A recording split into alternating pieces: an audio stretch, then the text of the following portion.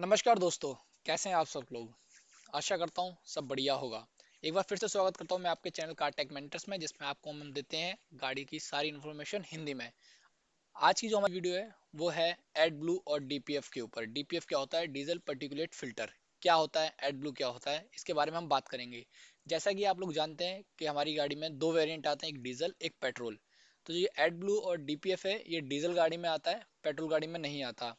Add blue और DPF filter का क्या काम है, क्या वर्किंग है इनकी, ये क्यों दिया गया है गाड़ी में, इनके एडवांटेज क्या है, इनके डिसएडवांटेज क्या है, और ये कहाँ लगे होते हैं, इसके बारे में हम बात करेंगे।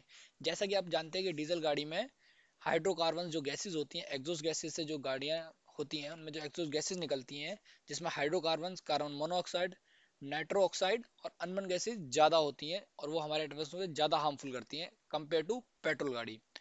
तो हम शुरू करते हैं। सबसे पहले हम आपको बताएंगे एडब्लू क्या होता है, डीपीएफ फिल्टर क्या होता है, फिर इसके जो डीपीएफ फिल्टर और एडब्लू है ये कहाँ लगा होता है, और ये एक डायग्राम के थ्रू हम समझेंगे कि इसकी वर्किंग क्या है, फिर एडवांटेज और डिसएडवांटेज पे बात करेंगे। चलिए शुरू करते हैं अपनी वीडियो। तो एडब्लू क्या होता है, जैसे कि आप जानते हैं, अभी मैंने आपको बताया कि जो एग्जॉस्ट गैसेस ज़्यादा निकलती हैं वो हमारे एटमॉस्फेयर के लिए हार्मफुल होती हैं। गाड़ी से जो एग्जॉस्ट गैसेस निकलती है, तो उन एग्जॉस्ट गैसेस को रिड्यूस करने के लिए, उसको किसी और चीज में कन्वर्ट करने के लिए एड ब्लू का प्रयोग किया जाता है, एड ब्लू यूज किया जाता है। एड ब्लू गाड़ी में इसलिए लगाया गया है कि जो हमारी एग्जॉस्ट गैसेज हैं उनको हम हार्मफुल जो हमारे लिए हैं एटमॉस्फेयर के लिए उसको हम कम कर सकें या उसे कन्वर्ट कर सकें। एड ब्लू दो चीजों से मिलकर बना है, एक यूरिया है और एक डियोनाइज्ड वाटर है। 32.5% यूरिया है, जैसा कि इसमें मैंने लिख रखा है, components of 32.5% of urea and 67.5 deionised water है। इन दोनों को मिक्स करके, जैसे ये यूरिया है ये वाटर है, इसको मिक्स करके एड ब्लू बना है। और जो डियोनाइज्ड वाटर होता है ये क्या होता है, ये ऐसा वाटर होता है जो प्योर होता है, जैसे कि हम जो हम बैटरीज में डालते हैं वो भी डियोनाइज्ड वाटर होता है, और कूलिंग सिस्टम में जो हम काम करते हैं वो भी डियोनाइज्ड वाटर होता है। जैसे कि हम जानते हैं कि जो नॉर्मल वाटर होता है उसमें काफ़ी चीज़ें मिली हुई होती हैं, मेटल्स और मिनरल्स, लेकिन जो डियोनाइज्ड वाटर होता है उसमें मेटल्स और मिनरल्स हम निकाल देते हैं, जैसे कि सॉल्ट हो गया, इंक्लूड आयरन हो गया, कैल्शियम होगा, सल्फेट होता है, इनको हम पानी से निकाल देते हैं। तो ये हमारा हो जाता है डियोनाइज्ड वाटर।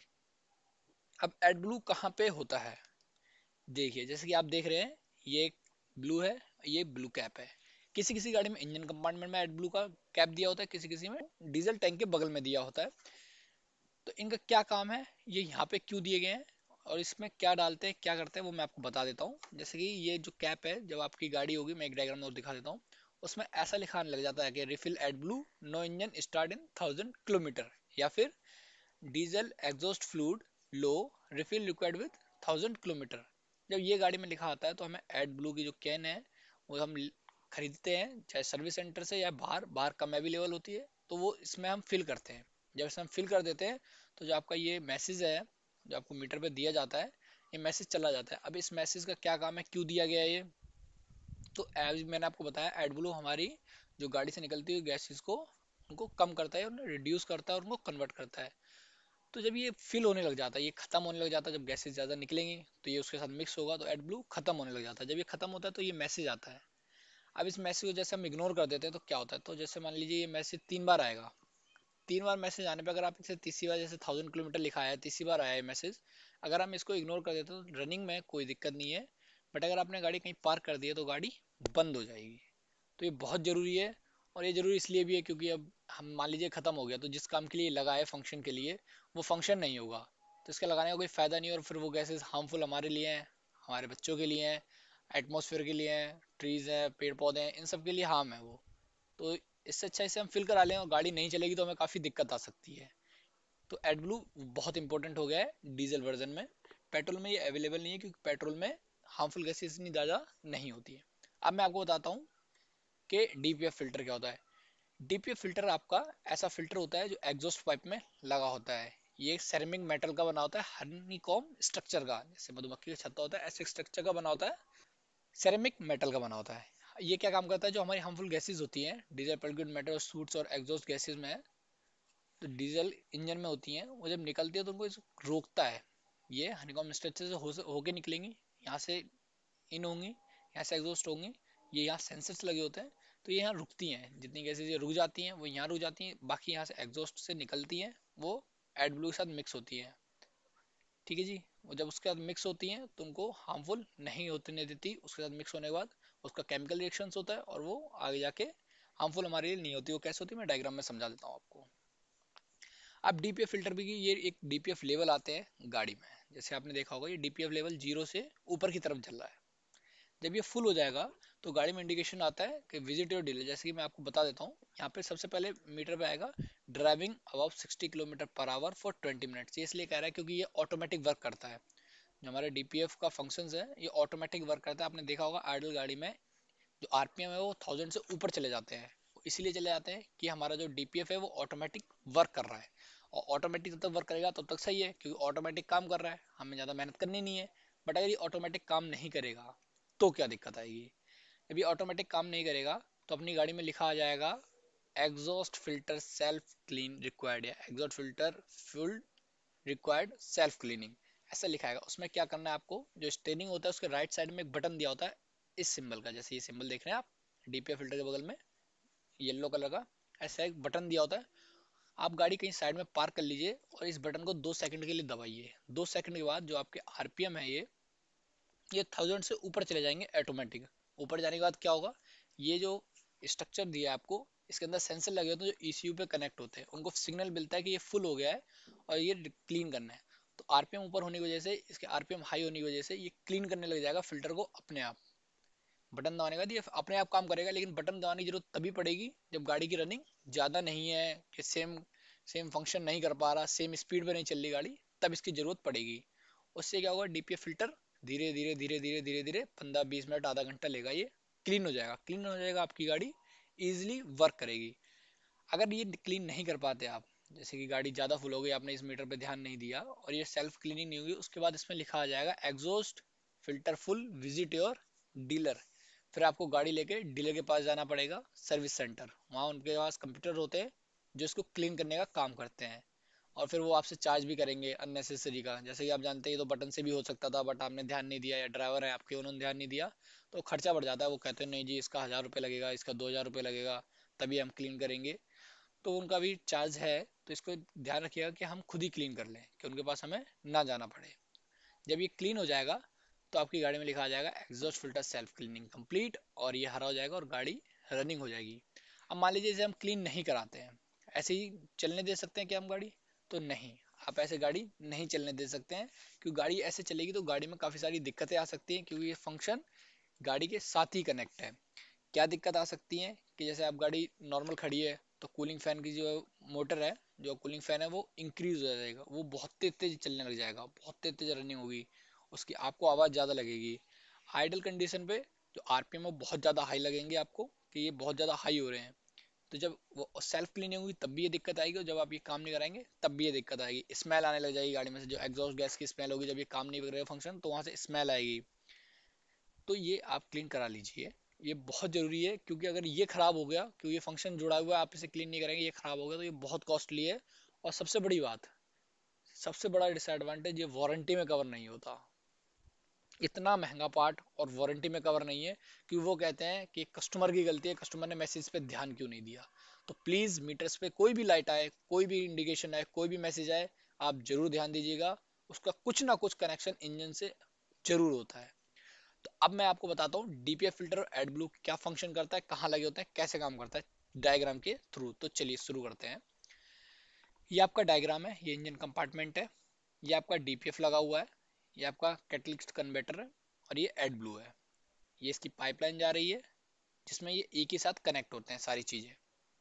ये आपका कूलिंग सिस्टम है, ये आपका इंजन है, ये एग्जॉस्ट है मैनिफोल्ड। यहाँ से गैसेस निकलेंगी, जो हार्मफुल गैसेस मैंने आपको बताया था, hydrocarbon, carbon monoxides, nitro oxide और अनबर्न गैसेस। अनबर्न गैसेस क्या होती है, जो गैसेस पूरी तरह बर्न नहीं हो जाती, जो फ्यूल मिक्सचर होता है, फ्यूल और एयर का मिक्सचर होता है, पूरी तरह बर्न नहीं हो जाता, तो वो गैसेस आ जाती हैं, वो होती है। अब यहाँ से निकलते समय यहाँ एक सेंसर लगा था, ऑक्सीजन सेंसर।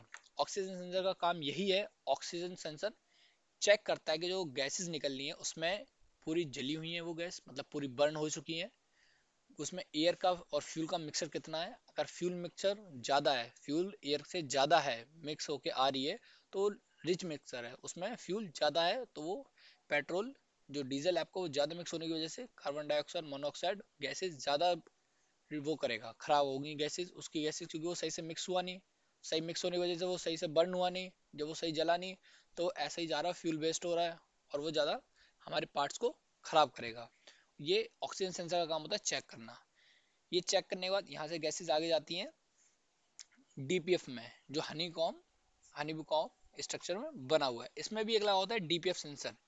डीपीएफ सेंसर का क्या काम होता है? डीपीएफ सेंसर चेक करता है कि जो गैसेज है हमारी, जो गैस आई है एग्जॉस्ट गैसेज के थ्रू, उसके टेम्परेचर को मेंटेन, जो गैसेज यहाँ से आ रही हैं उसके टेम्परेचर को मेंटेन करता है और सस्टेन करता है कि जो ये हमारा फंक्शन है ये काम कर जाए। जो गैसेज आती है वो यहाँ रुकती हैं स्ट्रक्चर में, और रुकने के बाद जो गैसेज जितनी ये रुक सकती हैं वो यहाँ रुक जाती हैं, और रुकने के बाद वो गैस आगे पास हो जाती हैं। तो जितना जब तक ये रोक लेता है तब तक तो कोई दिक्कत नहीं है, क्योंकि इसका भी वर्किंग वही है, ये गैसेज को रोकेगा, बाद में जब आप गाड़ी खड़ी करेंगे तो जब ये आरपीएम हाई होंगे तो ये उसके साथ क्लीन होता रहेगा। लेकिन रनिंग में या फिर खड़ी गाड़ी में जब तक ये रोक सकता है तब तक ये रोकता है, उसके बाद गैसेज आगे पास हो जाती हैं। यहाँ लगा होता है टेम्परेचर सेंसर, जो गैसेस के टेम्परेचर को मैं देखता है कि कितने टेम्परेचर में गैस आ रही है, कितनी हीट आ रही है उसमें, कितना फ्यूल मिक्सर, तो वहाँ चेक होने के बाद फिर भी कुछ बच तो नहीं गया है, तो ये टेम्परेचर सेंसर उसको टेम्परेचर में चेक करता है कि कितना टेम्परेचर है, कितना हाई है। उसका ये गैस आगे चली जाती है। यहाँ पे डिकम्पोजिशन रिएक्शन, यहाँ पे एक पाइप जुड़ी होती है जो आप देख रहे हैं ब्लू कलर की, ये एड ब्लू डोसर के साथ है। ये एड ब्लू का टैंक है आपका जो गाड़ी में लगा होता है। उसके बाद यहाँ एक कंट्रोल है, डोसिंग कंट्रोल यूनिट, और ये पाइपलाइन है एड ब्लू की। इससे एड ब्लू यहाँ पे मेन कनेक्ट हो जाता है किससे, अपने लाइन में, जो आपका एग्जॉस्ट पाइप है उसमें कनेक्ट हो जाता है। डोसिंग कंट्रोल यूनिट, डोसिंग कंट्रोल यूनिट का क्या काम है और ये एड ब्लू के टैंक के साथ क्यों दिया गया है इसके बारे में आपको बता देता हूँ। डोसिंग कंट्रोल यूनिट का काम है जो आपका एड ब्लू है उसको कंट्रोल करता है, उसके फंक्शन को मोनिटाइज करता है और एक्टिव करता है कंपाउंड के। जैसे कि यहाँ से हार्मफुल गैसेज आई हैं, तो हार्मफुल गैसेस कितनी आई है, टेम्परेचर सेंसर यहाँ सेंस करेगा कितने टेम्परेचर में आ रही है, ये आगे भेजेगा। ये आगे भेजने के बाद यहाँ पे सेंसस लगा होता है, वो सेंसर सिग्नल देगा कि इतने गैसेज आई हैं, इतना हार्मफुल गैसेज आई हैं, इतने परसेंटेज में है। तो डोसिंग कंट्रोल यूनिट इसको एक्टिवेट कर देगा कि कितना हमें एड ब्लू यहाँ से रिलीज करना है, कितना एड ब्लू आगे पहुँचाना है। उसको यहाँ से रिलीज करने का काम जो है वो डोसिंग कंट्रोल यूनिट करेगा कि, और उसके ट्रीटमेंट को वर्किंग में स्टार्ट, मतलब एड ब्लू का काम वर्किंग कर देगा डोसिंग कंट्रोल यूनिट। मेनली कितना जाना है, क्या काम करना है, कितना कन्वर्ट कर सकता है, क्या करता है, ये यहाँ से जाने के बाद यहाँ मिक्स हो जाएगा। और यहाँ रिएक्शन होगा, डिकम्पोजिशन रिएक्टर। यहाँ डिकम्पोजिशन रिएक्टर लगा होता है, यहाँ एक रिएक्शन होता है छोटा सा। डिकम्पोजिशन रिएक्टर क्या काम करता है मैं आपको बता देता हूँ। ये एक चीज को दो टुकड़ों में बांटता है, जैसे ए बी है अपना, उसको ए प्लस बी में डिवाइड कर देता है, और ए प्लस बी हो गया। अब ए को भी दो हिस्सों में बांट देगा, बी है उसको दो हिस्सों में बांट देगा। डिकम्पोजिशन रिएक्टर इसका यही काम है। जैसे मान लीजिए आपकी गाड़ी में हाइड्रोजन पेरोक्साइड गैस है, वो गैस इसके अंदर है, तो हाइड्रोजन को क्या करेगा, वो दो हिस्सों में बांटेगा, वाटर और ऑक्सीजन। वाटर ऑक्सीजन में बच गए, अब वो तो हार्मफुल नहीं है हमारे लिए, लेकिन जो वो गैस थी हाइड्रोजन पेरोक्साइड वो हार्मफुल थी। अब वाटर को भी क्या करेगा, और दो हिस्सों में बांट देगा, वो क्या करेगा उसको ऑक्सीजन और हाइड्रोजन में बांट देगा। ठीक है, और ऐसे ही अपना ऑक्सीजन है, जब इनको बांट देगा ये दो हिस्सों में यहाँ पे, तो ये गैसेस आगे बढ़ेंगी। एग्जॉस्ट विद एड ब्लू, अब यहाँ पे एड ब्लू नहीं था, यहाँ पे आपने देखा यहाँ हार्मफुल रेड दिखा रहा है आपको और यहाँ ब्लू दिखा रहा है। यहाँ जो रिएक्टर है इसके साथ एड ब्लू मिक्स हो गया है और ये आगे बढ़ गया है। अब एड ब्लू मिक्स होने के बाद ये केस में जाएगा कैटलिक कन्वर्टर में। इसमें एक इनलेट टेम्परेचर सेंसर लगा होता है कैटलिक में। इस टेम्परेचर सेंसर का भी काम यही है कि कैटलिक में जो हार्मफुल गैसेज आई हैं, सब्सटेंस आए हैं कार से, एग्जॉस्ट से, मोनोऑक्साइड, कार्बन ऑक्साइड, नाइट्रोजन, जो उसके साथ मिक्स हो गई है, वो कितनी आई है, उसको कितना कम करना है, कैसे करना है, वो इस टेम्परेचर का काम है। यहाँ पे अब ये रिएक्टर से होते हुए आई हैं, यहाँ मिक्स हो गई हैं। यहाँ मिक्स होने के बाद इसके बाद ना यहाँ पे स्ट्रक्चर बना होता है, उसमें ये केमिकल रिएक्शंस होते हैं। केमिकल रिएक्शन होने की वजह से जो आपकी हार्मफुल गैसेज है वो इसके साथ मिलने के बाद नाइट्रोजन और वाटर में कन्वर्ट हो जाती हैं। नाइट्रोजन और वाटर तो हमारे लिए हार्मफुल है नहीं, ना एटमोसफेयर के लिए है, ना किसी के लिए, ये हार्मफुल नहीं है। बट जो यहाँ से गैसेज निकलती है बहुत ज्यादा हार्मफुल थी। आपने देखा होगा पहले के टाइम में कितना ज्यादा पॉल्यूशन होता है, गाड़ी देखिए कितना पॉल्यूशन करती है। वो पॉल्यूशन जितना ज्यादा होगा उतना हार्मफुल गैसेज ज्यादा होंगी और उतना हमारे एटमोसफेयर को खराब करेंगी वो, और हमारे को भी खराब करेंगे, हमारे जो लंग्स होते हैं उनको खराब करेगी, सांस लेने में दिक्कत आएगी। ये दो फंक्शन इसलिए दिए गए हैं।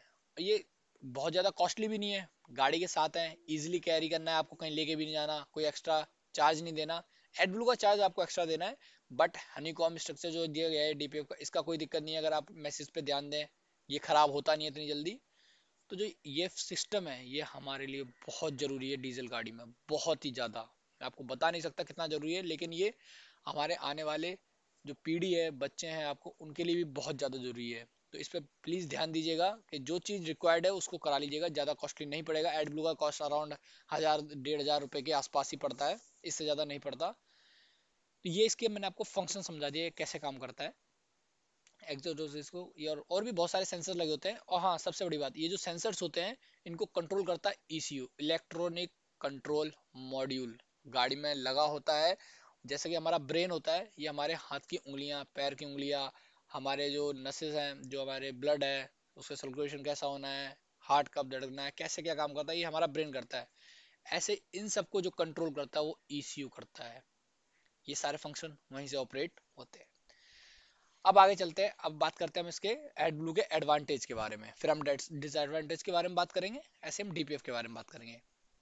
इसका एडवांटेज क्या है जो मैं आपको शुरू से बता देता हूँ। सबसे बड़ा advantage, reduce the emissions of mononitroxide from vehicles. जो उसके हार्मफुल गैसेस हैं, जो इतनी सारी ज्यादा गैसेस निकलती हैं, हार्मफुल होती है, उसको कंट्रोल करने करता है, उसको कंट्रोल करता है, कन्वर्ट करता है हाइड्रोजन और वाटर में।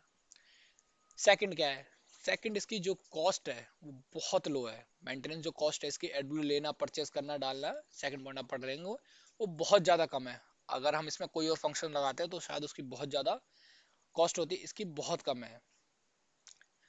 थर्ड पॉइंट क्या कहता है आपको, कि जो इसके जो रेस्ट व्हीकल्स पार्ट्स है, जैसे इसके साथ जो डॉसर लगा था, आपका टैंक लगा था, और भी ज्यादा सेंसर लगे थे, इसका सर्विस रिलेटेड कोई काम नहीं है। मान लो ऐसा नहीं है कि आपको हर टाइम पे इसके टैंक क्लीन करना है, हर टाइम पे फंक्शंस का जो इसके फंक्शन है, सेंसर्स हैं, इसके पाइप उसको क्लीन करना, नहीं, कोई सर्विस में इसका काम नहीं है। और सबसे बड़े, जैसे आप जानते हैं कि ये हम 5,000 पे ये जल्दी जल्दी खत्म हो जाएगा, जैसे हमारी गाड़ी जल्दी चल रही है, तो इससे सर्विस में कोई दिक्कत नहीं आएगी। सर्विस के पीरियड में जैसे आपकी 10,000 पे सर्विस होती है, 20,000 पे होती है, वो उसी टाइम पीरियड पे होगी।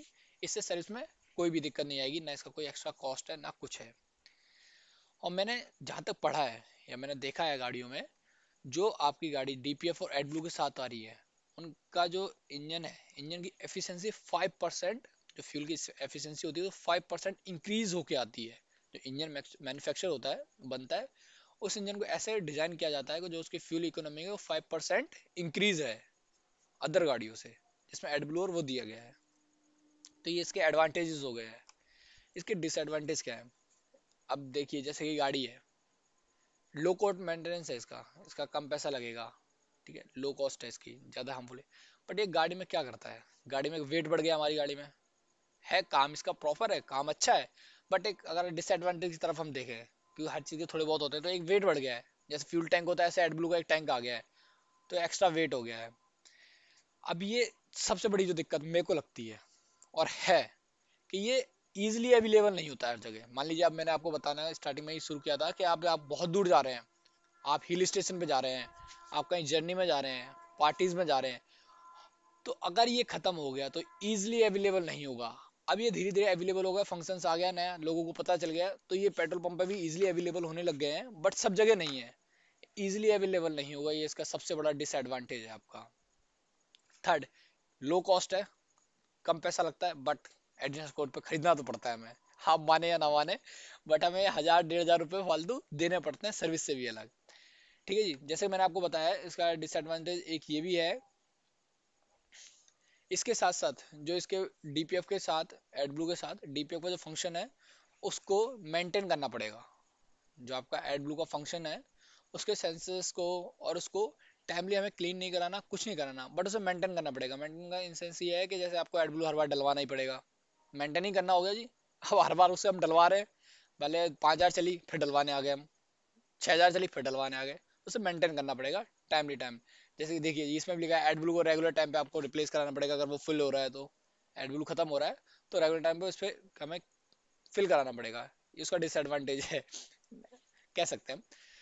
एक हाँ डिसएडवांटेज सीरियस वाली बात है कि जैसे आप एडब्लू खुद ही फिल कर रहे हैं, तो उससे क्या होता है, अगर वो गाड़ी पे गिर जाता है तो गाड़ी के paint, damage the paint at the car, गाड़ी का जो पेंट होता है, ऑफ द कार सॉरी, गाड़ी का जो पेंट होता है वो खराब हो जाता है। आप देखेंगे पेंट पे गिर जाता है, कहीं भी गिर जाता है गाड़ी के, तो वो खराब कर देगा उसको। इसका ध्यान रखिएगा जब इसे हम रिप्लेस करते हैं कि ये पेंट पे ना गिरे, और गिरते ना तुरंत साफ हो जाए। अगर गिर जाता है, देखिए इतना तो लिक्विड है, अब थोड़ा बहुत तो कहीं ना कहीं से झलकेगा ही, थोड़ा बहुत गिर जाएगा, तो ये तुरंत साफ कर दीजिए। तो ये तो हो गया एडब्लू के कुछ एडवांटेज हो गए, कुछ डिसएडवांटेज हो गए। अब आ जाते हैं डीपीएफ, डीजल पर्टिकुलर फिल्टर। ये भी तो काम है गाड़ी में। इसका एडवांटेज क्या है? एज एक ही एडवांटेज है कि जो हमारे हार्मफुल गैसेज होता है उसको 85% जो उसके पार्टिकल्स को रिड्यूस करता है एग्जॉस्ट गैसेज से।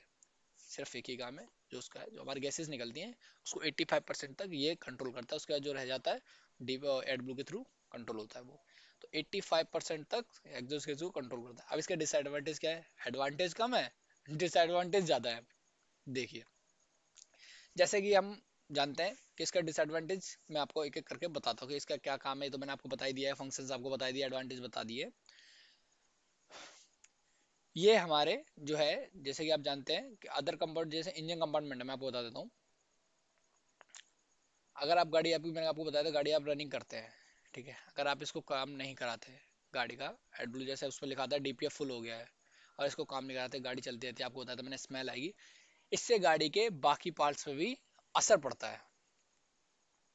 जैसे में लिखा होगा damage to other engine compartment, उसमें असर पड़ता ही पड़ता है, क्योंकि ये फंक्शन ही उससे कंट्रोल है। ईसीयू जैसे मैंने आपको बताया, ईसीयू कंट्रोल करता है इन सब चीजों को, तो वो बाकी फंक्शंस को भी कंट्रोल करता है। तो ईसीयू सिग्नल नहीं देता है इंजन की तरफ कि ये ऐसा ऐसा ये प्रॉपर काम कर रहा है, तो ये हमारे बाकी के पार्ट्स को खराब करता है। फिर परफॉर्मेंस लो हो जाती है, फ्यूल इकोनॉमी ना, परफॉर्मेंस लो उस पर इफेक्ट करता है। आपकी कूलिंग पे भी शायद दिक्कत कर सकता है ये, आरपीएम हाई हो जाते हैं, स्मेल आने लग जाती है। तो इसका ये डिसएडवांटेज है कि अगर हम इसको इसके प्रोग्रेस को हम, जो इसका फंक्शन है वो सही से ऑपरेट नहीं होगा, तो गाड़ी में दिक्कतें आती है। अब सेकंड पॉइंट अगर मैं आपको बताऊं, तो जैसे कि आप जानते हैं मैंने आपको बताया था कि गाड़ी को ना, मतलब एक 15-20 मिनट या आधे घंटे 60 या 30 की स्पीड पे चलाना है, उसके बाद ये ऑटोमेटिक क्लीन करता है।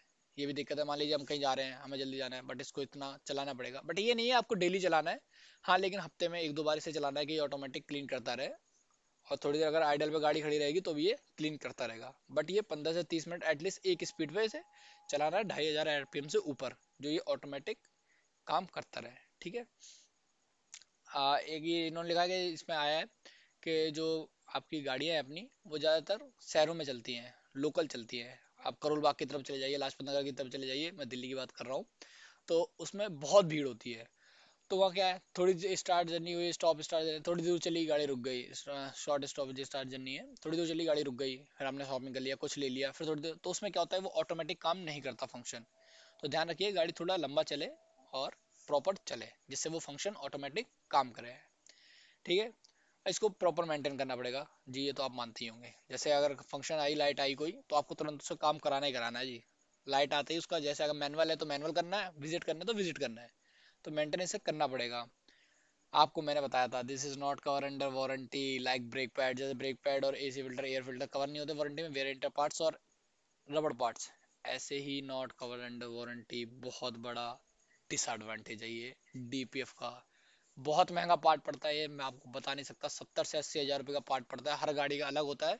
ये जिस गाड़ी में होगा, मान लीजिए आपके पास फॉर्चुनर है, तो वैसे ही वो 45 लाख के आसपास की गाड़ी है, तो उसमें तो ये बहुत ज़्यादा महंगा होगा, तो ये वारंटी में कवर नहीं होता। प्लीज़ इसका ध्यान रखिएगा। Thank you so much. Video अच्छी लगी हो तो लाइक कमेंट और शेयर जरूर करें, और ऐसी ही इंफॉर्मेटिव और वीडियोस के लिए हमारे चैनल को सब्सक्राइब कर लीजिए और बेल का आइकन दबा दीजिएगा। धन्यवाद।